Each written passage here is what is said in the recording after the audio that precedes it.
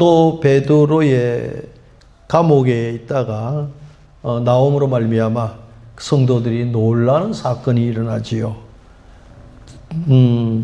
이처럼 그 당시에 헤롯이라고 하는 왕은 막강한 권력을 가진 사람입니다. 그래서 자기를 아주 추앙하도록 하는 사람인데도 불구하고 아주 신성시 여기려고 하는 그러한 마음을 가졌던 사람입니다. 이에 반면에 그리스도인들은 어려울수록 하나님 앞에 기도하는 사람들이었습니다. 한 사람은 자기의 권위를 내세워서 온갖 만행을 저지르려고 하는 그런 악함이 있었고, 한 크리스찬들은 어려움이 있으면 하나님 앞에 기도할 수밖에 없다고 하는 그러한 마음을 가지고 모여 기도했던 사람들이었습니다. 이처럼 헤롯이라고 하는 사람은 유대의 왕입니다. 왕. 그런데도 자기의 백성들을 움켜쥐어서 피를 빨아먹는 아주 못된 사람이었습니다. 사람을 죽일 수도 있고 살릴 수가 있다고 하는 그러한 큰 소리를 치는 왕이었습니다. 실제적으로 예루살렘의 그 사도, 예루살렘의 아주 그 핵심적인 야고보 사도를 죽이는 일에도 가담을 했습니다. 말 그대로 헤롯 왕이라는 것은 그 뒤에 아그리파 1세를 말하고 있죠. 이래서 헤롯 왕에 의해서 야고보는 첫 번째 순교자가 되었습니다. 그러니까 12제자 중에 가장 먼저 순교한 인물이 야고보라는 사실입니다. 예수 그리스도께서 야고보가 있었고 요한에게 말합니다. 야고보와 요한 형제들에게 마가복음 10장 38절부터 39절의 말씀을 보면 너희는 너희가 구하는 것을 알지 못하는도다. 내가 마시는 잔을 너희가 마실 수 있으며 내가 받는 세례를 너희가 받을 수 있느냐? 이렇게 주님께서 물어보거든요. 그러니까 그들이 말하되 할 수 있나이다 이랬어요. 할 수 있다. 그 예수께서 너희는 내가 마시는 잔을 마시며 내가 받는 세례를 받으려니와 이렇게 말씀하고 있습니다. 그 야고보 사도가 거기에서 내가 할 수 있습니다 라고 얘기를 해요.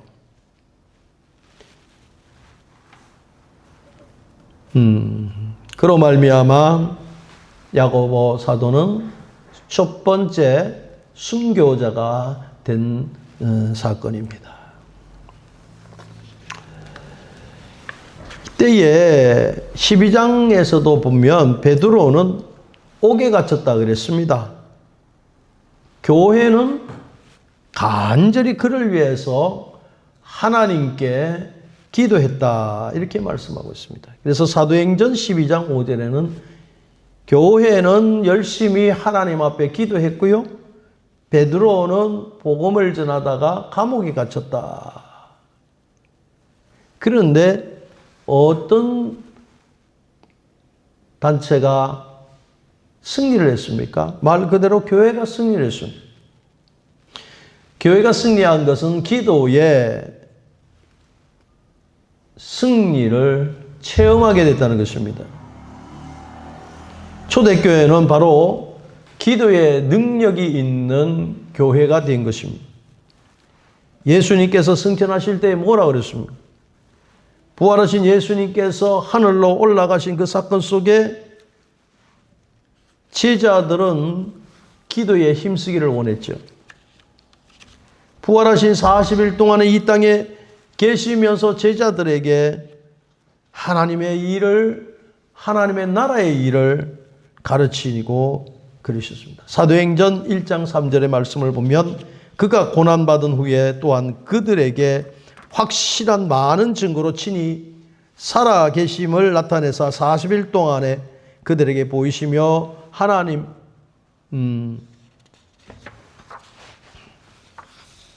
나라의 일을 말씀하시느니라 이렇게 말씀하고 있습니다.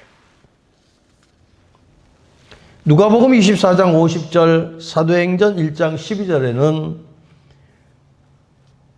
제자들을 베다니 앞에 데리고 나가서 예수님께서 승천을 하셨다 합니다. 여기서 나오는 감람산이라는 것은 올리브산이죠. 그래서 승천의 장소가 베다니 앞에 나가서 손을 들어 그들에게 축복하시더니, 사도행전 1장 12절에는 제자들이 감람문이라고 하는 산으로부터 예루살렘에 들어오니 이 산은 예루살렘에서 가까워 안식일에 가기에 알맞은 길이라 이렇게 말씀하고 있습니다. 예, 그래서 감람문의 산에는 올리브가 많았었는가 봐요. 거기에 올리브가 많은 산이다 이러기도 하고 감람산이라고도 합니다. 이 장소에서 예수님께서는 승천했습니다. 제자들이 보는 앞에서 예수님께서는 들려 올라가셨고 구름이 그를 가려 보이지 않게 됐다고 사도행전 1장 9절에는 말씀합니다. 이 말씀을 마치고 그들이 보는데 올려져 가시니 구름이 그를 가려 보이지 않게 하더라 이렇게 했습니다. 예수님께서 이 베다니까지 데리고 이 제자들을 데리고 가시면서 그들을 축복하셨습니다. 그리고 승천하셨음을 기록했던 말씀이 누가복음 24장 50절의 말씀으로 기록하고 있습니다. 사도의 행전 1장 12절에는 바로 승천 후 제자들이 돌아온 장소가 감람산, 감람원이라고 하죠. 감람산이라고 그러죠. 여기는 올리브산이라고 하거든요. 그래서 예수님께서는 예루살렘 근처에 그 감람산이 있는 그 기슭에 위치한 베다니 마을 근처에서 이 사건이 일어난 것을 봅니다. 그렇습니다.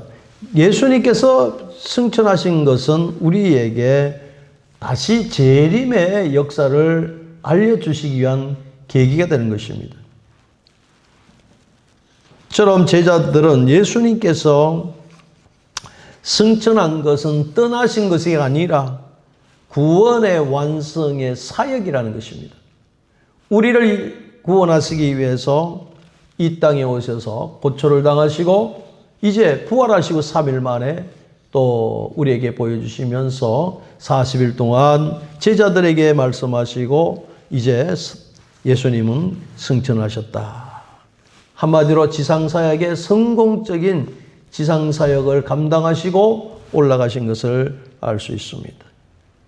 그래서 주님께서 뭐라고 말씀합니까? 사도행전 1장 11절의 말씀을 보면은 하늘로 올라가신 이 예수는 하늘로 가심을 본 그대로 오시리라 이렇게 말씀합니다. 이것이 바로 재림에 대한 말씀이라 이렇게 볼 수 있습니다. 이처럼 예수님께서 부활하시고 승천하심으로 말미암아 제자들은 오순절 마가다락 방에서 저들이 기도에 힘썼습니다. 그래서 초대교회는 하나님께 열심히 기도한 사람들이었습니다.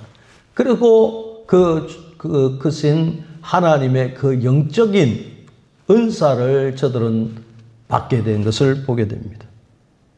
그래서 그들은 서로 떡을 떼는 일을 했었고 사도들의 가르침을 받는 일을 했었고 오로지 기도에 힘쓰는 그런 생활이 된 것입니다. 한마디로 그들은 한 마음과 한 뜻이 되어서 서로 모든 물건을 통용했다고 사도행전 4장 32절에는 말씀하고 있습니다.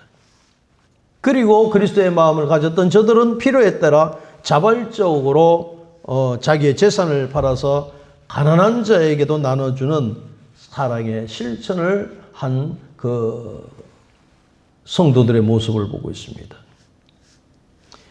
그래서 그들은 날마다 마음을 같이 했다 그랬습니다. 사도행전 2장 46절에는 성전에 모이기를 힘쓰고 집에서 떡을 떼며 기쁨과 순전한 마음으로 음식을 먹고 이랬습니다. 그전에는 그렇게 저들에게 기쁨이 없었고 그들이 마음이 단안된 그것이 없는 가운데 있었지만 오순절 마가다락방에서 저들이 성령의 은혜를 받고 말미암아 에어컨 좀 키세요. 날마다 마음을 같이하여 성전에 모이기를 힘썼다. 예, 왜 그럴까요? 은혜를 받고 나니까 그랬다는 거예요. 은혜를 받고 나면. 예, 그래서 성령의 역사를 통해서 우리가 깨닫는 게 무엇이냐 하는 것입니다. 성령의 역사를 깨달으면 한 마음과 한 뜻이 된다 이것입니다. 오늘 사도행전 4장 32절의 말씀처럼 한 마음과 한 뜻이 된다 이것입니다. 성령은 한 마음을 주신 것이에요. 같은 마음을 주신다는 것이죠. 예. 교회 안에서나 가정 안에서나 개인의 마음 안에서도 한 마음이 되지 못하고 흔들리는 것은 성령이 주시는 마음이 아닙니다. 사랑하는 성도 여러분, 가정이 하나 되는 것, 가정이 한 뜻이 되는 것, 한 마음이 되고 한 뜻이 되고 같은 생각을 하는 것, 이것은 분명히 성령이 주시는 귀한 마음이라는 사실을 꼭 깨달으시기를 바랍니다. 그래서 날마다 그들은 어떻게 해요? 마음을 같이 합니다. 같은 마음이기 때문에 같이 모이고 싶습니다. 같이 기도하고 싶습니다. 같이 말씀을 듣고 싶습니다. 같이 서로 떡을 나눌 수 있을 정도로 가깝습니다. 예, 이처럼 이들은 모이면서 기도했습니다. 그렇게 하다 보니까 간절한 기도가 나올 수밖에 없습니다. 그래서 누가복음 18장 10절에도 두 사람이 기도하러 성전에 올라가니 하나는 바리새인이요 하나는 세리라고 말씀하지 않습니까? 기도를 하는데 어떤 사람은 간절한 기도가 하고 어떤 사람은 형식적인 기도라는 걸 봅니다. 그래서 누가복음에서는 이런 말씀하고 있습니다. 바리새인들의 기도는 어떤 것이고 세리의 기도는 어떤 것을 알 수가 있는데 세리의 기도는 가슴을 찢는 기도였다 하는 것입니다. 하마르요 간절한 기도를 했다는 거예요. 하나님이 살아계심을 믿고 간절한 기도를 했고 바리새인들은 그저 남들 보라고 형식적인 기도의 모습을 봅니다. 누가복음 24장 44절에도 예수님께서도 기도하실 때에 형식적인 기도를 하지 않으신 걸 알 수 있습니다. 그는 힘쓰고 애써 간절히 기도하시니 땀이 땅에 떨어지는데 핏방울같이 됐더라 이런 말씀입니다. 땀이 핏방울같이 됐더라 했습니다. 얼마나 극도로 고뇌에 쌓인 고통스러운 그 기도였을까 하는 것입니다. 예수 그리스도께서는 곧 닥쳐올 그 십자가의 고난을 알고 계십니다. 인류의 죄를 홀려 지시기 위한 그 사명에 있는 우리 주님을 우리는 생각해 봅니다.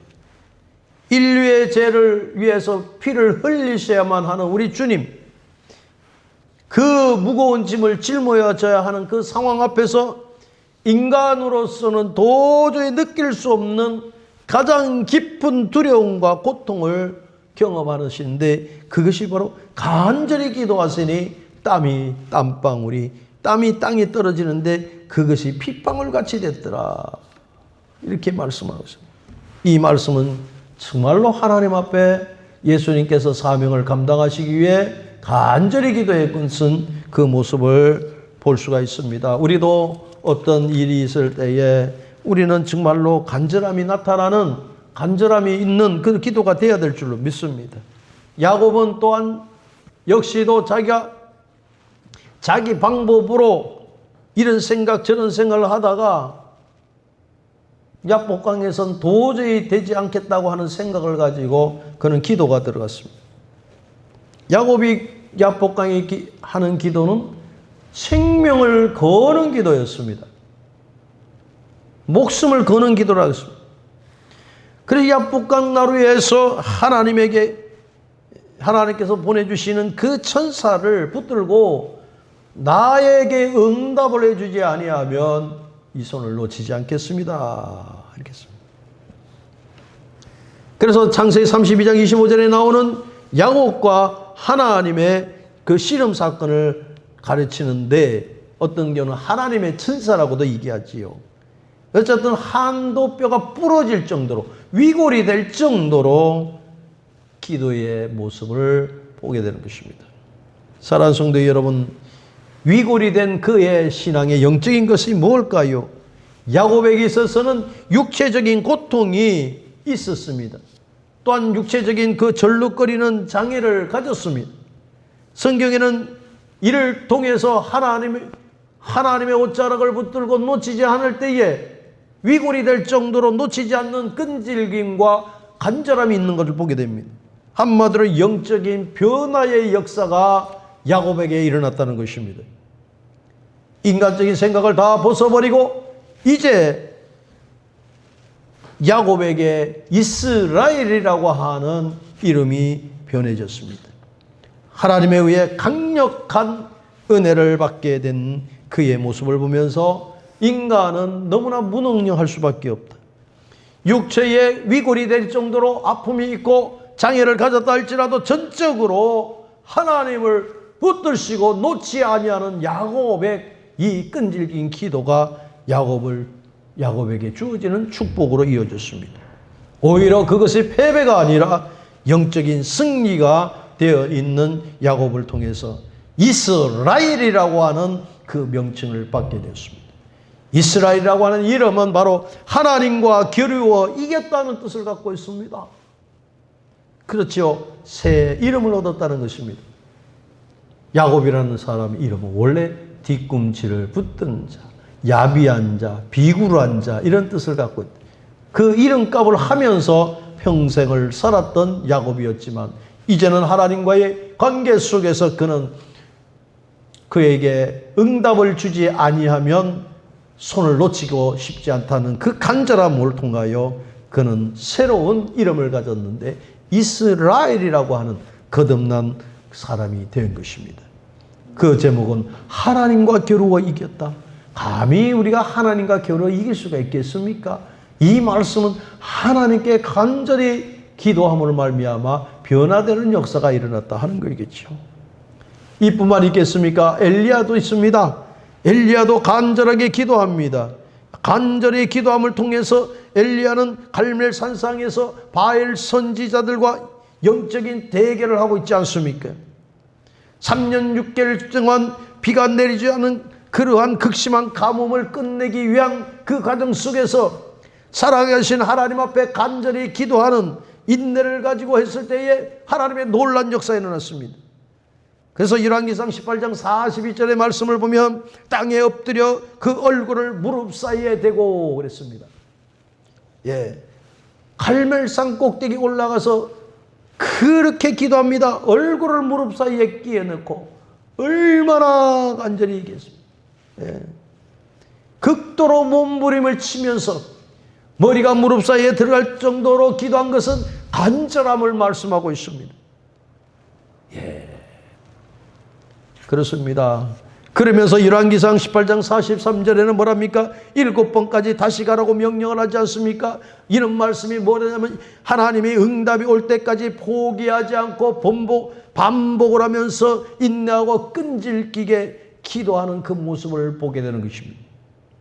그런데 간절히 기도할 때에 7번씩이라도 열심히 간절히 기도할 때에 사람의 손바닥만한 작은 구름이 보였다고 했습니다. 그 손바닥만한 구름이 여러분 가뭄을 해결할 수 있겠습니까? 3년 6개월이라고 하는 땅이 쩍쩍 갈라져 있고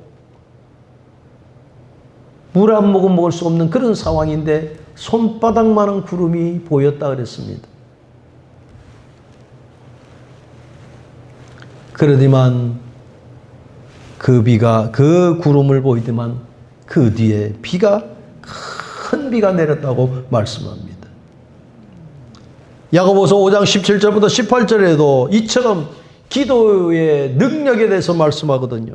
엘리야는 우리와 같이 성정이 같은 사람인데 그가 비가 오지 않기를 간절히 기도한 즉 3년 6개월 동안 땅에 비가 오지 아니하였고 또다시 기도하니 하늘이 비를 주고 땅에 열매를 맺었느니라고 이렇게 말씀하고 있습니다. 야고보 사도는 엘리야 기도를 모든 성도들의 기도의 모범으로 제시하고 있습니다. 기도에 간절함한 능력이 있다는 것을 강조하고 있거든요. 엘리야는 특별한 존재가 아닙니다. 우리의 성질이나 우리의 심정이와 똑같은 사람이라고 야고보 사도는 말하고 있습니다. 그런 사람이 연약함에도 불구하고 한 번 기도하고 두 번 기도하고 얼마나 간절히 기도했으면 그 간절한 기도가 머리가 땅에 닿고 그 무릎 사이에 들어갈 정도로 여러분 기도했겠느냐고요. 근데 그것도 한두 번이 아닙니다. 7번을 기도했습니다. 사랑하는 성도 여러분, 간절히 기도한 즉 그랬습니다.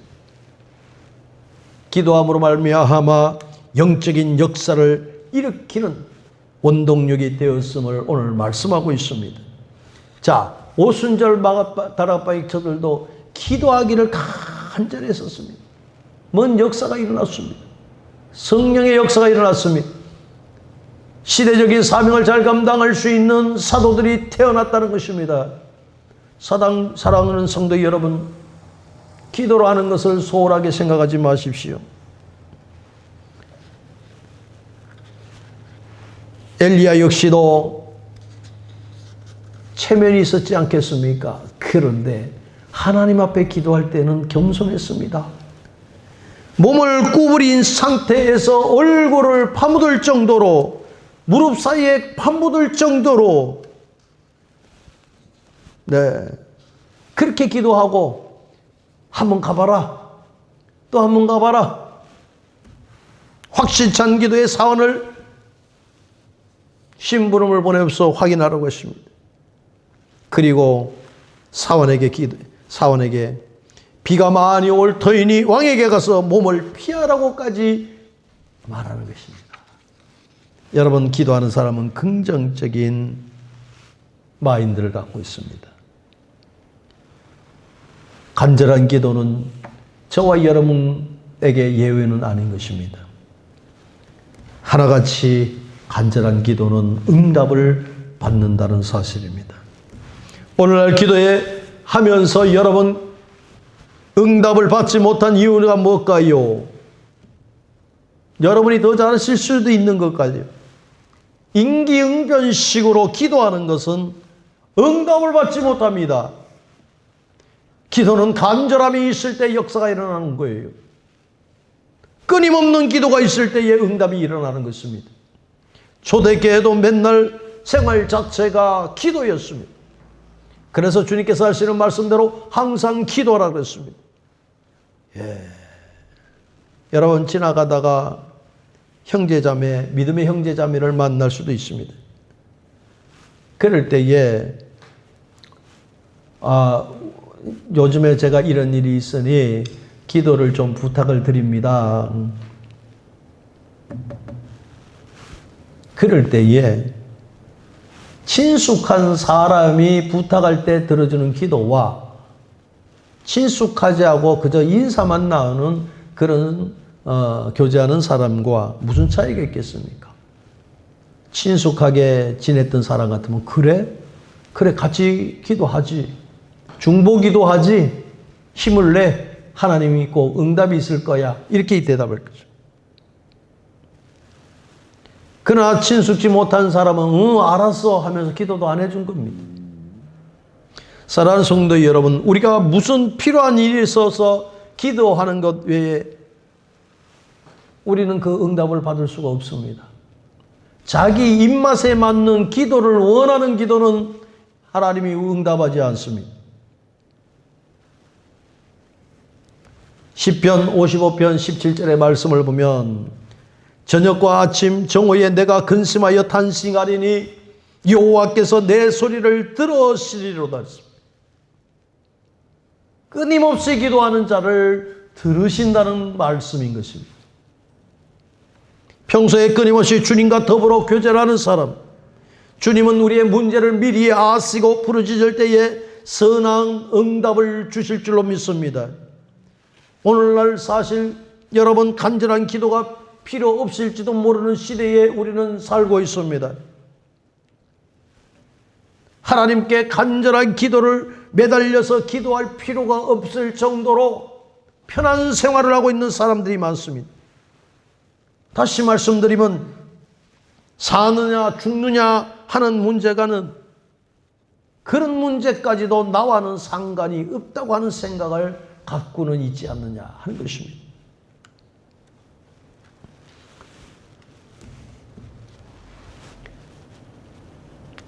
어떤 권사님의 따님이 그런 얘기를 하다. 어머니가 늘 교회 가서 기도하시고 그러니까 엄마는 맨날 왜 교회를 다니냐고. 기도하러 다니지. 엄마 우리가 예전처럼 못 사는 것도 아니고 살만한데 뭐 이렇게 기도할 게 많느냐고 그랬던 딸입니다. 여러분 그 딸은 어머니의 기도로 생활하고 있다는 것을 깜빡 잊었을지도 모릅니다. 문제는요, 이렇게 기도를 이렇게 의리하고 살면은 영적인 능력이 상실된다는 사실입니다. 영적인 상실이 됩니다. 성경에서도 사사기의 16장을 보면 영적 상실을 가져왔던 사람이 하나 있죠. 이스라엘의 사사, 태어날 때부터 머리에 삭도도 되지 아니하고 길러야 하는 나실이라고 하는 삼손이 있습니다. 이 삼손이 드릴라의 유혹에 빠져서 머리카락이 잘리고 힘을 잃어갔던 비극적인 사건을 아실 것입니다. 왜 비극적이라 그럴까요? 머리카락 하나 잘랐다고 비극적일까요? 아닙니다.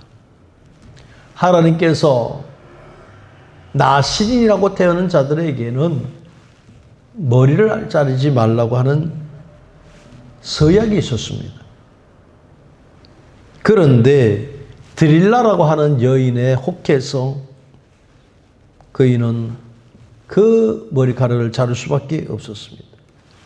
이래도 힘있고 저래도 힘있고 하는데 그 드릴라의 유혹에 의해서 삼손이라는 사람은 머리카락을 자르면 힘이 없겠구나라고 하는 그 정보를 알게 됐습니다.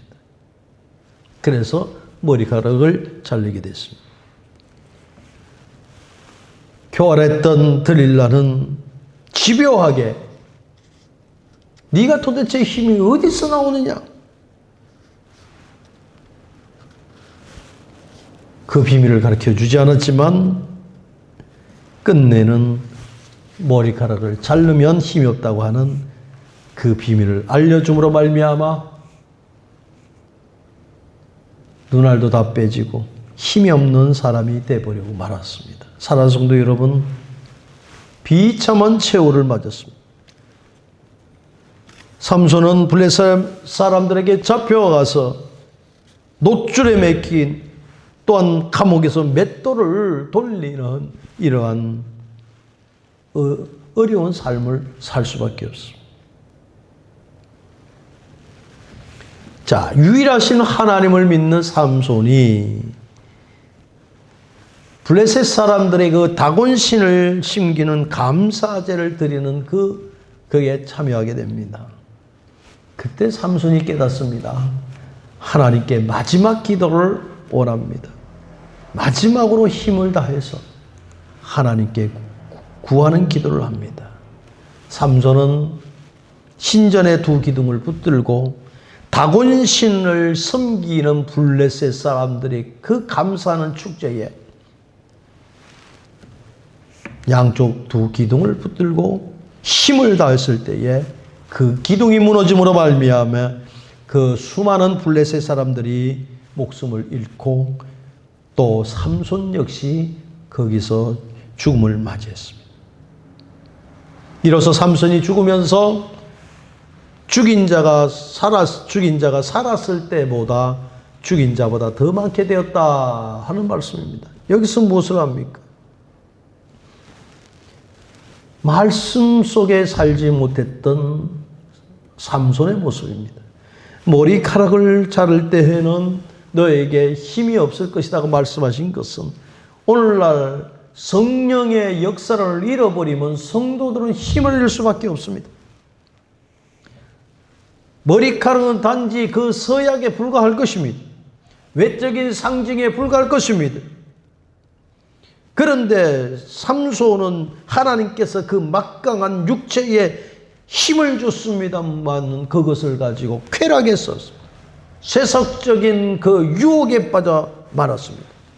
하나님과의 관계, 언약을 성결한 삶을 살지 못하는 그런 사람이 되었고 결국은 하나님을 떠나자 힘을 얻었습니다. 하나님은 무엇을 원할까요?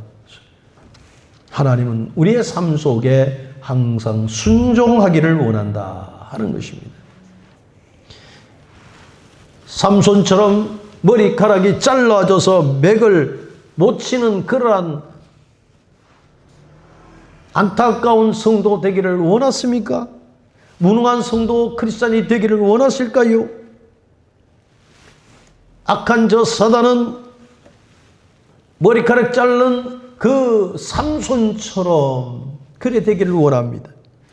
오늘날 죽은 물고기처럼 물가에서 둥둥 떠가는 그러한 크리스찬 되기를 원하는 것이 사탄의 전략인 줄 믿습니다.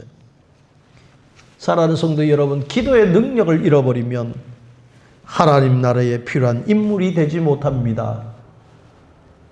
사탄의 위협을 느끼는 그런 것을 이기지 못한다면 영적 무능력에 무관심에 빠질 수밖에 없는 것입니다.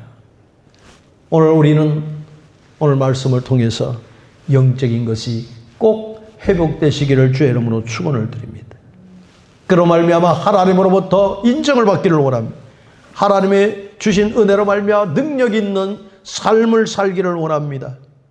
그것은 바로 나열해 드렸던 신앙인들의 모습을 통해서 간절한 기도는 생명의 역사를 일으킨다는 사실을 꼭 깨달으시기를 바랍니다. 우리가 마지막 때를 산다고 이구동성으로 말합니다. 이 마지막 때를 사는 우리들은 사탄의 공격이 더 강할 수 있고 득세합니다. 그 공격에 승리하려면 우리는 어떻게 해야 됩니까? 간절함이 있어야 될 줄로 믿습니다. 똑같이 100m를 달리기도 한다 할지라도 처음부터 나는 아이고 꽁치 될래. 꽁치 될 수밖에 없는 마음일 것입니다. 근데 어떤 사람은 이번에는 내가 꼭 1등을 해야 되겠다. 악착같이 열심히 여러분 달리기하고 내가 운동한다고 해서 아령이나 들고 뭐 덤벨을 들고 하는 체육관에 가서 하는 것이 틀립니다. 목표를 냈으면 목표대로 그 향할 수 있는 그러한 진실성이 있어야 됩니다. 어정쩡한 마음을 가지고 살아간다는 것은 하나님이 안 좋았습니다. 마치 교회를 다니는 것이 취미로 생각하는 사람이 있습니까? 여러분, 우리는 천하보다 귀한 생명이 우리에게 있습니다. 하나님은 우리가 죽도록 충성하기를 원합니다. 충성해야 됩니다. 이런 마음이 있는 예루살렘 교회는 간절하게 기도했지요. 오늘 본문을 자세히 보면 예루살렘 교회가 간절한 기도를 했을 때에 베드로가 감옥에 들어가 있었습니다. 베드로와 그 교인들은 기도밖에 없었습니다. 그 기도밖에 없다는 그것이 희망이 없는 것 같이 보이죠. 오순절에 그들이 기도했을 때에 하나님의 능력을 체험한 저들에게는 기도밖에 없다는 그러한 마음이 간절했습니다. 살아계신 하나님이 계시다는 것을 그들이 믿었기 때문에 그렇습니다. 그래서 베드로가 감옥에서 풀려났을 때에 사도행전 12장 15절 말씀대로 성도들은 모여서 정말로 놀라운 은혜를 체험을 하게 되지 않습니까? 그때 그들이 말하되 내가 미쳤다 하나 여자아이는 힘써 말하되 참말이라 하니 그들이 말하되 그러면 그의 천사라더라. 열심히 저들이 기도를 했습니다. 베드로가 감옥에서 나왔습니다. 기적적으로 풀려났습니다. 그 성도들은 열심히 기도했지요.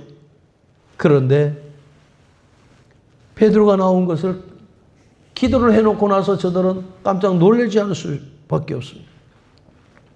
사도행전 12장 5절의 말씀을 보면 헤롯 왕이 사도 야고보를 처형하고 이어서 베드로까지 체포해서 죽이려고 하는 그러한 과정이 있습니다. 얼마나 두렵겠습니까? 그런데 베드로를 위해서 그들은 간절히 기도했거든요. 그리고 그들은 극박한 상황 속에서 아주 전심으로 하나님께 기도했습니다. 그래서 사도행전 12장 6절부터 11절의 말씀은 기적적으로 나오게 됩니다.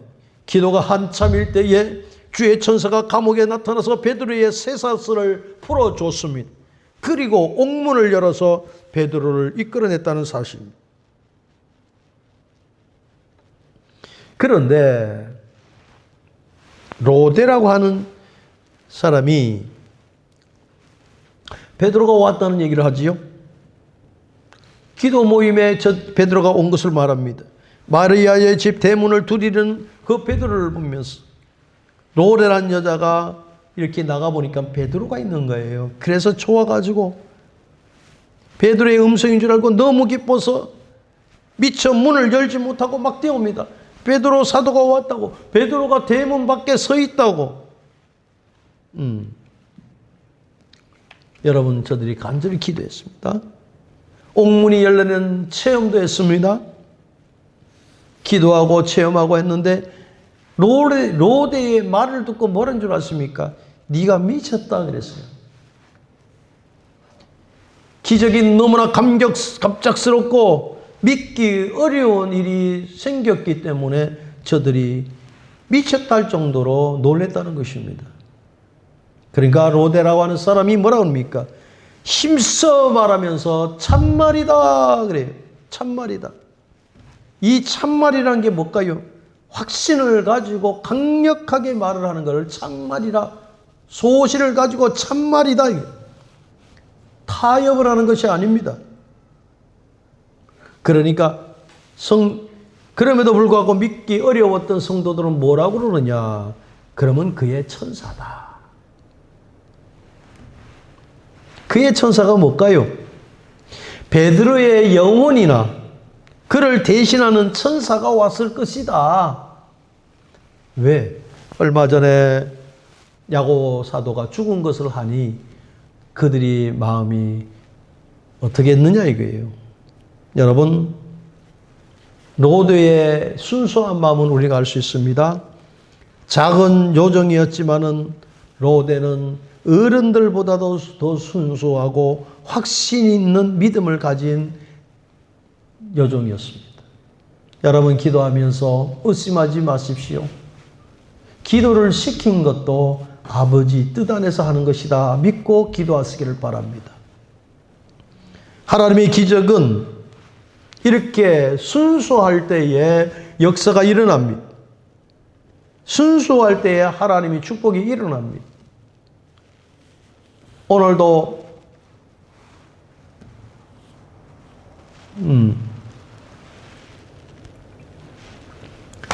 오늘도 김웅남 권사님이 오셨죠.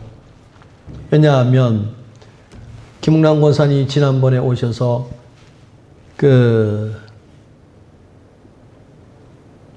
박한준 안수 집사님 한번 뵙고 싶다고. 우리 교회가 지하에서 이렇게 올라올 때 땀을 뻘뻘 흘리시면서 그 일을 감당하니까 저를 보고 목사님 교인이냐고, 이 교회 교인이냐고 해서 아니라고. 그분은 다른 데에 나가시는 안수 집사님인데 우리 교회에 어려운 일이 있을 때마다 이렇게 오셔서 헌신하신다고. 그랬더니 김홍남 권사님 굉장히 감동을 잡섰는가 봐요. 벌써 그때가 벌써 한 2년이 가까워집니다. 우리 교회 성물이나 이런 집기들이 올라왔으니까 그러죠. 그래서 엊그저께 오셔서 한번 뵙고다 싶어서 오셔서 오늘도 식사도 대접하고 가셨어요. 김웅남 권사님이 오셔서 이런 얘기 저런 얘기. 우리 교회가 이제 핸드폰으로 하다가 또 이제 조금 나아지고 싶어서 그러면 캠코더를 구매해야 되는데 캠코더 가격이 만만치 않아요. 그래서 기도를 했어요. 하나님, 저희 교회에 합당한 그것을 주세요. 그때만 아니 김웅남 권사님이 응답을 주셔서 이렇게 손뜻해서 오늘 아주 기쁜 마음으로 산 것을 보여드렸습니다. 여러분, 간절함은 하나님 들으십니다. 나의 욕심이 아니라 내 심령에서 아버지의 나라를 위해서 하나님의 뜻을 위해서 하면 하나님 응답을 하십니다. 사도행전 12장에도 베드로 사도가 감옥에서 기적적으로 풀려났을 때 제일 먼저 맞이한 사람이 누구냐 이거예요. 어린 소녀입니다. 어린 소녀. 로데라고 하는 이 요정입니다. 여종. 그녀의 말은 너무나 짧습니다. 그러나 그의 순수한 믿음과 기도의 응답의 확신이라는 것입니다. 자, 베드로가 감옥에 갇혔어요. 저들은 무엇을 놓고 기도했을까요? 베드로 사도가 나오라고, 풀려나도록, 야고보처럼 죽지 않도록 그런 기도했을 거 아닙니까? 사도행전 12장 12절부터 16절은 이 로데는 마가 요한의 어머니 마리아 집에서 일하는 하녀라고 나오고 있습니다. 당시 마리아 집에는 베드로가 헤롯 왕에게 의해서 투옥이 되고 처형될 위기에 서 있다 그랬습니다. 그러니까 많은 성도들이 이제는 모여서 밤새도록 기도하고 간절히 합심해서 기도한 것이었습니다. 그래서 베드로가 도착을 했어요. 그것을 로데라는 소녀가 그것을 발견을 하고 있는 거잖아요.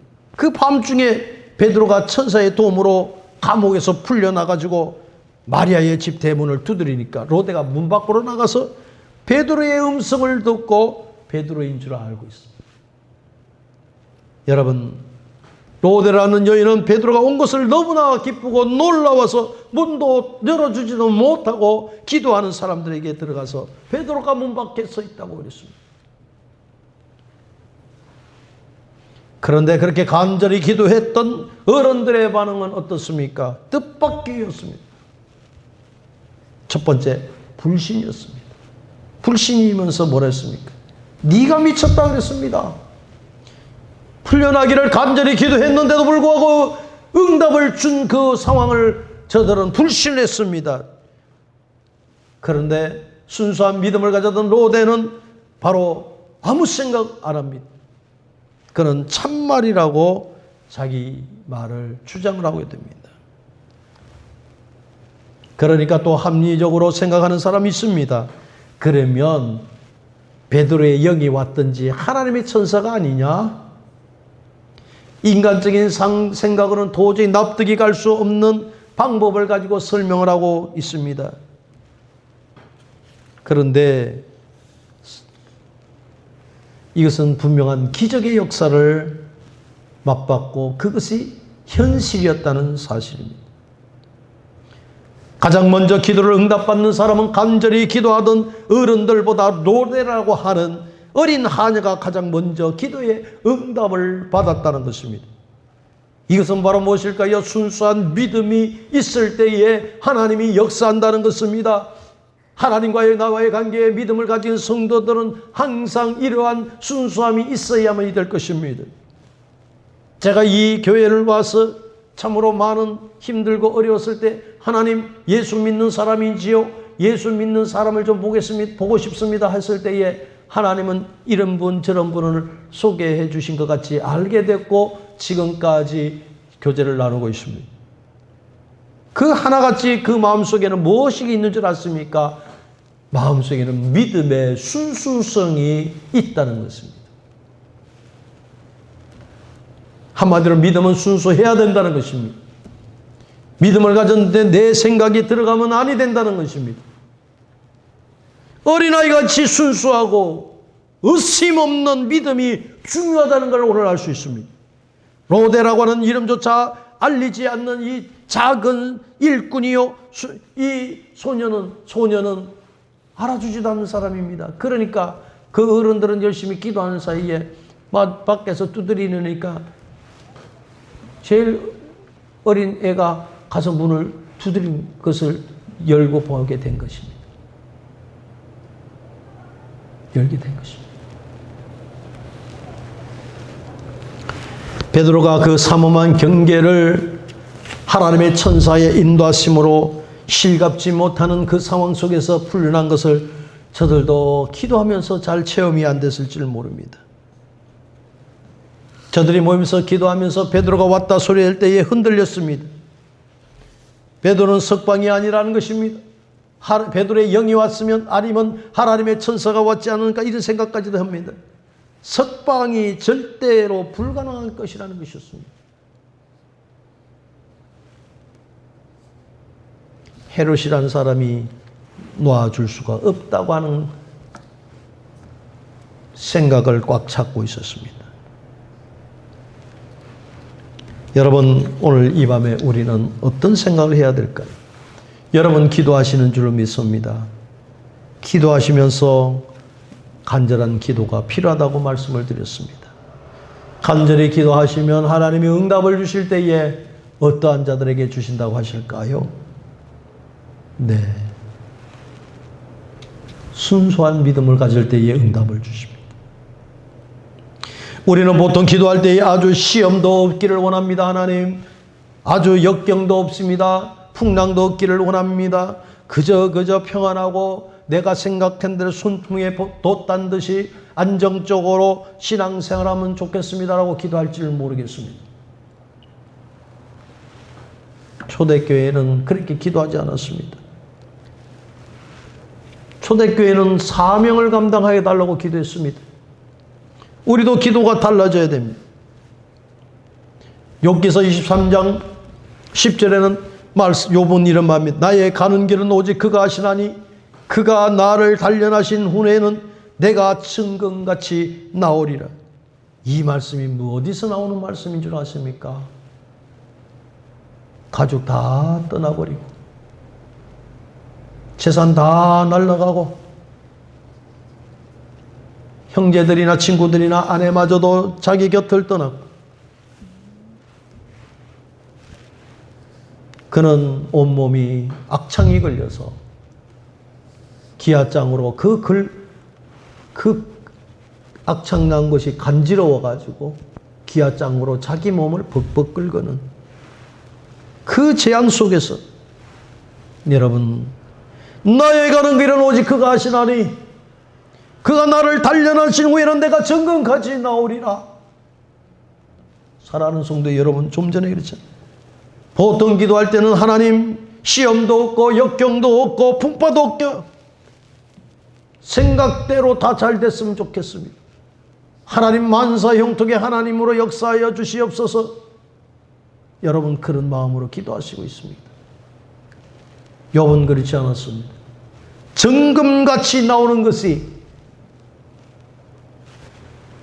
어려운 그 환경 속에서 욕창이라는 그 병명을 갖고 있으면서도 그는 오직 그가 아시나니 나를 단련하시는 후에 정금 같은 신앙이 나올 줄로 믿습니다. 야고보서 1장 2절에 말씀합니다. 형제들아 너희가 여러 가지 시험을 만나거든 온전히 기쁘게 여기라. 시험을 만났는데 어떻게 온전히 기쁘게 여길 수 있겠어요? 이는 너희의 믿음의 시련이 인내를 만들어낸 줄 너희가 알미니라 그랬습니다. 어떤 어렵과 어려움이 있을 때에 참고 견딜 때 온전하게 인내를 이루어가면서 그럴 때 하나님은 조금 더 부족함이 없게 하려 함이라고 야고보서 1장 2절에는 분명히 말합니다. 사랑하는 성도 여러분, 정치적으로 시대적으로 또한 경제적으로 많이 어렵다고 하고 있습니다. 하나님 그것을 피할 길을 달라고 기도하고 있지는 않은지요. 오늘 이 시간부터 여러분 이길 수 있는 능력과 지혜를 달라고 기도하시기를 바랍니다. 어려움을 통해서 보다 강력한 크리스찬이 되기를 원합니다. 막강한 능력이 여러분이 임하기를 원합니다. 그것은 여러분 역경을 통해야만이 강력한 성령의 능력으로 하나님이 복을 주시는 삶을 살아갈 수 있다는 사실을 꼭 깨닫기를 바랍니다. 하나님께서는 또 뭐라 그랬습니까? 구하는 것보다 더 좋은 것을 주신다고 말씀하고 계십니다. 그렇습니다. 예루살렘 교인들이 기도하는 게 대해서 하나님께서 더 좋은 것을 주시리라 하는 것을 그들은 알았습니다. 마가다락 방에서 그들은 기도하고 있었던 사람들이 아닙니까? 하나님은 더 좋은 것을 주십니다. 기도하는 사람들에게 주십니다. 누가복음 11장 13절에 너희가 악한 자라도 좋은 것을 자식에게 줄 알거든 하물며 너희 천부께서 구하는 자에게 성령을 주시지 않겠느냐. 사랑하는 성도 여러분, 여러분의 마음속에 가장 첫 번째 되는 것이 성령입니다. 성령이 임해야 되는 것입니다. 성령이 임할 때에 여러분의 삶이 변화가 되고 달라진다는 것입니다. 사랑하는 성도 여러분, 아무리 막강한 헤롯이 있다 할지라도 베드로는 풀려났습니다. 하나님의 능력으로 풀려났습니다. 기도하는 성도들의 능력으로 말미암아 하나님의 응답 주시고 풀려났습니다. 여러분, 그렇게 강한 헤롯은 어떻습니까? 도저히 무너지지 않는 헤롯이라고 생각했지만 세상을 후드리고 인간의 생명을 좌지우지하는 그러한 헤롯에 아주 사악함이 있다고 했습니다. 그러나 이들은 기도를 했습니다. 결국은 그 헤롯은 충이 먹어서 비참하게 죽었다고 기록되어 있습니다. 여러분, 대단한 것처럼 과시하는 이러한 헤롯이었습니다. 왕위에 오른 지 7년에 54세로 죽을 수밖에 없는 사람이었습니다. 하나님께서 그를 내버려 두지 않았습니다. 이것이 바로 하나님의 심판이라는 것을 꼭 기억하시기를 바랍니다. 강한 것 같지만 여러분 무너지게 하신 것도 하나님의 역사입니다. 여러분, 우리 주변에 강한 것 같은 일들이 너무나 많습니다. 환경이 많이 있습니다. 여러분 좌절하지 마시고 여러분 힘내시기를 바랍니다. 하나님이 역사하십니다. 헤롯을 심판하셨던 하나님처럼 여러분 헤롯만 심판하시겠어요? 아닙니다. 죽은 자도 심판을 합니다. 그러나 하나님은 하나님의 백성들에게는 오늘 저와 여러분들과 같이 사랑하는 여러분들은 하나님은 지켜주시고 보호하시고 인도해 주십니다. 말씀의 승리를 이루기를 원합니다. 기도의 승리자가 되시기를 원합니다. 말씀을 붙들고 순수한 삶을 사시기를 원합니다. 말씀을 붙들고 담대하게 사시는 성도가 되시기를 원합니다. 기도만이 우리의 살 길이라는 생각을 가지고 하나님의 사랑을 성령에 이끌림받는 삶이 저와 여러분에게 충만하시기를 주의 이름으로 축원을 드립니다. 그러하시나